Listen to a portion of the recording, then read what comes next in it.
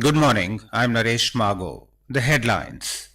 Prime Minister Narendra Modi invites Greek investors to be a part of India's growth story. Becomes first foreign head of the government to be awarded the Grand Cross of the Order of Honor by Greece.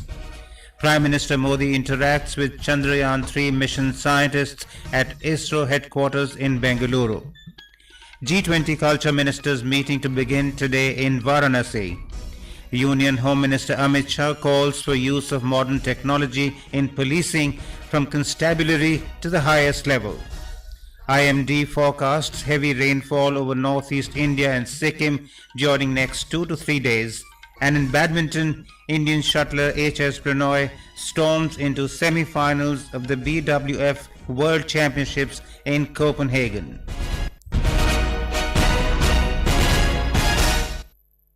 Prime Minister Narendra Modi has encouraged the business leaders of Greece to utilize the investment opportunities in India and be a part of India's growth story. Mr. Modi attended the business lunch hosted by Prime Minister of Greece, Kyriakos Mitsotakis, in Athens yesterday. The event saw participation from leading Indian and Greek CEOs from diverse sectors, including shipping, infrastructure, energy, among others. Speaking on the occasion, Prime Minister Modi highlighted India's progress in areas such as renewables, startups, pharma, IT, digital payments and infrastructure, and the various initiatives undertaken to foster business. Mr. Modi acknowledged the role played by these industry leaders in strengthening bilateral relations and promoting economic cooperation between India and Greece. He said today, India's doors are wide open for foreign investment. The Prime Minister also sought the bilateral partnership to elevate at the strategic level. Bharat Greece partnership को strategic स्तर पर ले जाने का निर्णय लिया है। हमने तय किया है कि हम डिफेंस एंड सिक्योरिटी, इंफ्रास्ट्रक्चर, कृषि, शिक्षा, न्यू एंड इमर्जिंग टेक्नोलॉजी और स्किल डेवलपमेंट के क्षेत्रों में अपने सहयोग को बढ़ाकर अपनी स्ट्रेटेजिक पार्टनरशिप को मजबूती देंगे। Earlier, Prime Minister Narendra Modi, in a joint press conference with his Greek counterpart Kyriakos Mitsotakis in Athens, said that India and Greece have agreed to double the bilateral trade by 2030. Prime Minister Modi has become the first foreign head of the government to be awarded the Grand Cross of the Order of Honor by the Greek government. This recognition was given during Prime Minister Modi's official visit to Greece. Addressing the media in Athens on the Prime Minister's visit to Greece, Foreign Secretary Vinay Quatra said that the citation accompanying the award recognizes the Prime Minister's contribution to India's economic progress and prosperity, as well as to the promotion of friendship of bilateral relations with Greece. The Prime Minister said he is grateful to the President of Greece, Katerina Sakelloropoulou, and the people of Greece for conferring the award.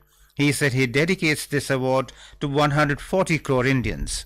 Prime Minister Modi also addressed the Indian community at Athens. Mr. Modi said the country has achieved a new feat in this holy month of Sawan by the successful landing of Chandrayaan-3 on the moon. He said congratulatory messages are pouring in from all over the world as people are sending their best wishes. Prime Minister Narendra Modi interacted with and congratulated the Chandrayaan-3 mission team in the command center of ISRO in Bengaluru early this morning. Prime Minister Modi saluted the patience and perseverance of the Chandrayaan-3 mission team in the command center of ISRO in Bengaluru today. While greeting and congratulating the ISRO scientists in an emotional address, he said India is on the moon and the Vikram's landing point on the moon will be named as Shiv Shakti Point. It will inspire the coming generations that we are committed to the welfare of the humanity, he added. Chandrayaan-3 का moon lander उतरा है। अब उस point को शिव शक्ति के नाम से जाना जाएगा। India is on the moon, जहां कोई नहीं पहुंचा था, जो पहले कभी किसी ने नहीं किया था।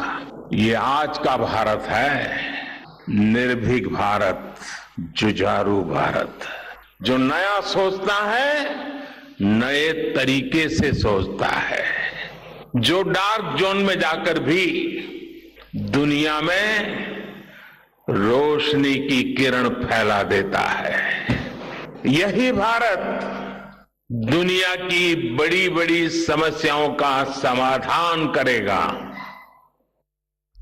The book Sabka Saath, Sabka Vikas, Sabka Vishwas, focused on the speeches of Prime Minister Narendra Modi, will be released today at Bhopal in Madhya Pradesh.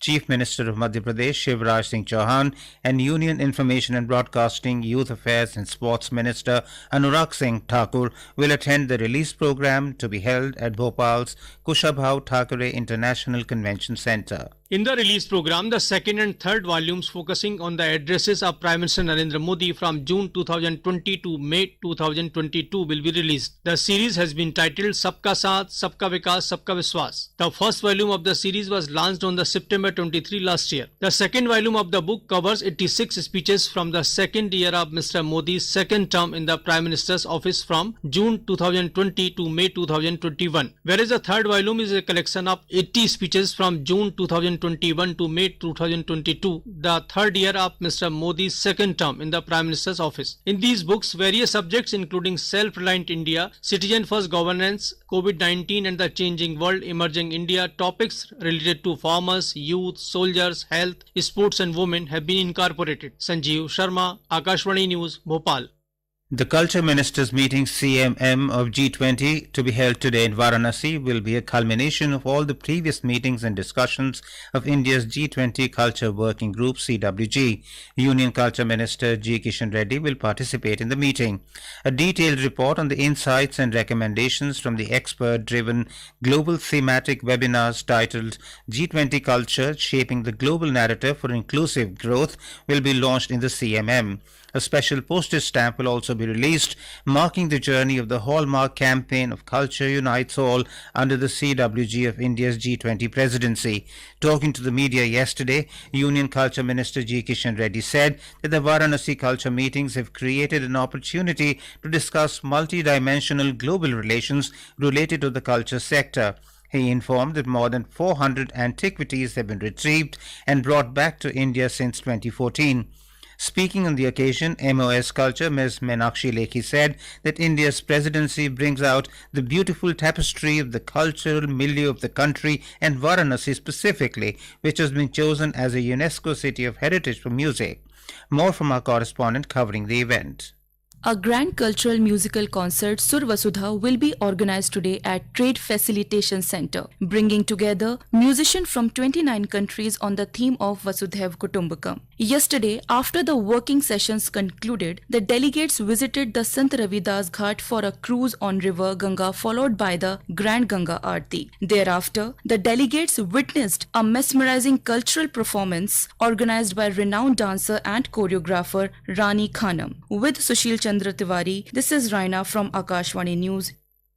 A team of Election Commission of India led by Chief Election Commissioner CEC Rajiv Kumar held a meeting to review district-wise preparations for the upcoming assembly elections with the collectors and superintendents of police of all the districts of Chhattisgarh in Raipur yesterday. This is Akashvani giving you the news. For quick news updates round the clock, follow us on our Twitter handle at AIR News Alerts. Union Home Minister Amit Shah has urged the top police leadership to transform their approach in dealing with the country's internal security problems. He laid emphasis on the use of modern technology in policing and suggested the implementation from lower police ranks of Constabulary to the higher formations. Mr. Shah said this while addressing the concluding session of the two-day National Security Strategies Conference 2023 in New Delhi today. He stressed upon the need to provide timely justice to the citizens and ensure a system that would guarantee constitutional rights to them. The minister underscored the significance of the use of digital technology in the entire process of investigation and prosecution. Mr. Shah advocated new initiatives for ushering technology-led policing for meeting the future demands of a revamped criminal justice system. He flagged the emergence of technological advancement in artificial intelligence and termed it as a threat as much as an opportunity. The India Meteorological Department IMD has forecast isolated heavy rainfall activity over northeast India and Sikkim during the next 2 to 3 days. Heavy rainfall is also likely over Gangetic West Bengal, Jharkhand, Odisha and Bihar till tomorrow and decrease thereafter. The weather agency also forecast subdued rainfall activity over the rest parts of the country during the next week. In Bihar, a flood alert has been sounded in Supaul, Saharsa and Madhepura districts following the release of more than 4.14 lakh cusecs of water from the Bipur-Kosi barrage on the Indo-Nepal border. The flood control unit bulletin says all 56 gates of the barrage have been opened due to the enormous pressure of the rising water level. According to the late night bulletin at 10, the discharge from the barrage was at the maximum level. Incessant rainfall in the catchment areas of Kosi in the neighboring country Nepal has led to the rise of the water level of the river. Chief Minister of Bihar Nitish Kumar said yesterday that the survey exercise of caste enumeration in Bihar has been completed, and after the compilation of data, the caste-based survey report will be released. Mr. Kumar was talking to the media on the sidelines of a program in Patna yesterday. Prime Minister Narendra Modi will share his thoughts with the people of the country and abroad in the Mann Ki Baat program on Akashvani at 11 a.m. tomorrow. It will be the 104th episode of the monthly radio program. The program will be broadcast on the entire network of Akashvani and Doordarshan, the Akashvani website, and the News on AIR mobile app. It will also be live streamed on the YouTube channels of the Akashvani, DD News, PMO, and Information and Broadcasting Ministry. Akashvani will broadcast the program in regional languages immediately after the Hindi broadcast. In badminton, India's ace shuttler HS Prannoy has stormed into the semi-finals of the BWF World Championships and secured a medal for the country. He registered a brilliant win in the quarter-final, beating world champion Danish shuttler Victor Axelsen 13-21, 21-15, 21-16 in the men's singles at Royal Arena in Copenhagen, Denmark. The match was a roller coaster ride as Prannoy fought back from a game down to eventually clinch victory in 3 tied games. He is now the only Indian left in the World Championships, and it is his first medal at the coveted tournament. The world's number 9 Prannoy will face world number 3 Thailand's Kunlavut Vizitsan in the semi-finals today. India's Neeraj Chopra progressed to the men's javelin throw final at the World Athletics Championships 2023 after topping the qualifying round in Budapest, Hungary yesterday. Neeraj Chopra produced a season's best throw of 88.77 meter with his first attempt to gain direct entry into the final scheduled tomorrow. The automatic qualifying mark was 83 meters. And now for a look at today's newspapers, it's over to web of Josna Srivastava. Thank you, Naresh. News about the Chandrayaan-3 continue to hog the limelight on the front pages of newspapers this morning. Hindustan Times shows a handout screen grab taken and released by ISRO showing the Pragyan rover being maneuvered from the Vikram lander to the surface of the moon. A picture on the front page of the Asian Age shows Prime Minister Narendra Modi being conferred with the Grand Cross of the Order of Honor by Greek President in Athens. Supreme Court transfers trial of 27 Manipur sexual assault cases to Assam, reports the Tribune. Squatters cannot claim right to public space, says the Supreme Court, notes the Hindu. Mumbai boy is world's youngest junior diver. The Times of India writes that 10 years, Dwit Nandu dived 40 feet off the Puducherry coast to bag the title of youngest junior open water scuba diver in the world. And finally, the Indian Express reports that Kishore Jaina and DP Manu, sons of rice coffee farmers from Odisha and Karnataka, are joining the poster boy of Indian athletics, Neeraj Chopra, at the World Javelin Championship in Budapest. And with that, it's back to you, Naresh. Thank you, Vaibhav. And now, before we end the bulletin, the headlines once again. Prime Minister Narendra Modi invites Greek investors to be a part of India's growth story, becomes first foreign head of the government to be awarded the Grand Cross of the Order of Honor by Greece. Prime Minister Modi interacts with Chandrayaan-3 mission scientists at ISRO Headquarters in Bengaluru. G20 Culture Ministers Meeting to begin today in Varanasi. Union Home Minister Amit Shah calls for use of modern technology in policing from Constabulary to highest level. IMD forecasts heavy rainfall over northeast India and Sikkim during next 2 to 3 days. And in badminton, Indian shuttler HS Prannoy storms into semi-finals of the BWF World Championships in Copenhagen. And with that, we end the morning news. Have a nice day.